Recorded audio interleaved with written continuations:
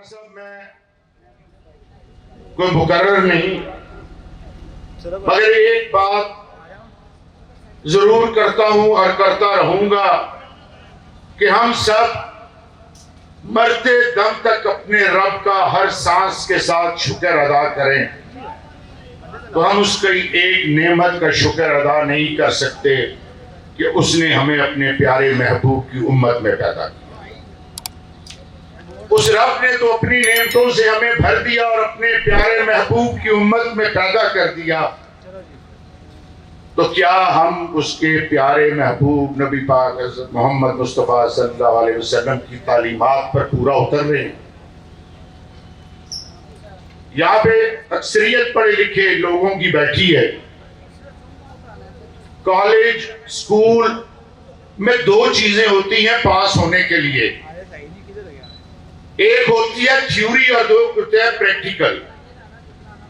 آپ تھیوری میں پاس ہو جاؤ اور پریکٹیکل پہ فیل ہو جاؤ تو آپ کو پاس نہیں کیا جاتا۔ اللہ رب العالمین نے اپنے احکامات کو قرآن پاک کی شکل میں، ایک تھیوری کی شکل میں ہم تک بھیج دیا۔ وہ ہے تھیوری، پریکٹیکل ہے سنت رسول۔ ہم تھیوری میں تو پڑھتے رہیں، پاس ہوتے رہیں، اور پریکٹیکل کو چھوڑ دیں تو بیکار ہے،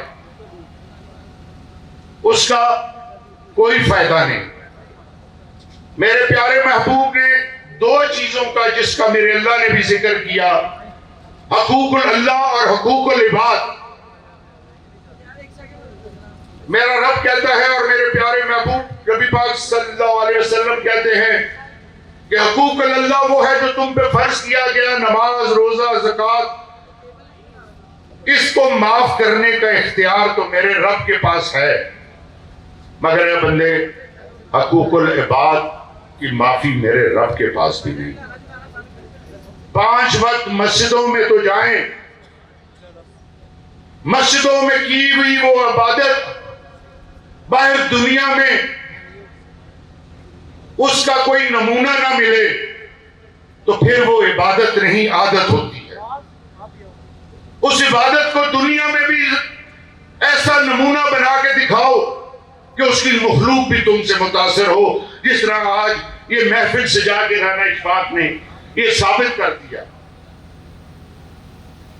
میں یہاں پہ رانا اشفاق صاحب کے پیار اور سیرت النبی کانفرنس منعقد کرانے پہ رانا صاحب میں آپ کو اور آپ کی ٹیم کو بے انتہا مبارکباد دیتا ہوں اور امید رکھتا ہوں کہ یہ سلسلہ آئندہ بند نہ ہو۔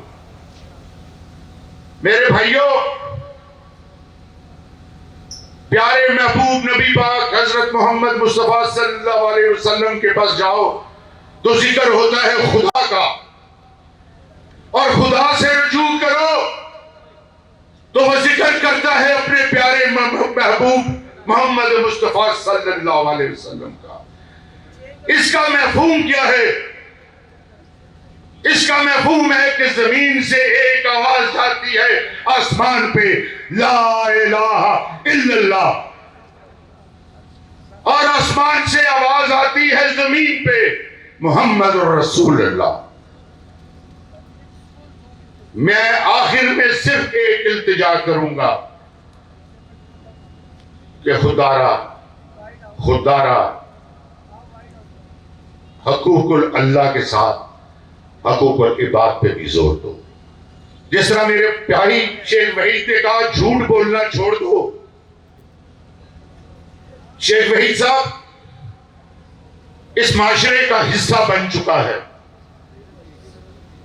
ہم 100 بوریاں گندم کی رات دن محنت کر کے اپنے کھلیانوں سے حاصل کرتے ہیں، اور وہ ہے حلال، اور جان بوجھ کے ساتھ والے کی ایک بوری جب اس حلال دانے میں ڈالتے ہیں تو ہم اپنی وہ 100 بوری بھی حرام کر دیتے ہیں۔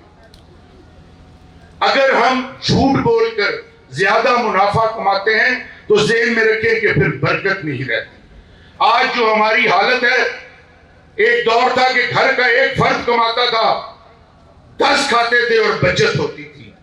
آج اسی گھر کے 9 افراد کماتے ہیں اور پھر بھی مکروہ ہیں۔ اس کی وجہ یہ جھوٹ اور اپنے رزق کو حرام کر دیا۔ میں آخر میں رانا اشفاق صاحب، آپ کا، یہاں پر آئے ہوئے تمام دوست احباب کا، تمام علماء کرام، تمام بھائیوں کا شکریہ ادا کرتا ہوں، اور رانا صاحب آپ سے امید کرتا ہوں کہ آپ یہ سلسلہ ہمیشہ اسی طرح قائم کریں گے۔ شکریہ۔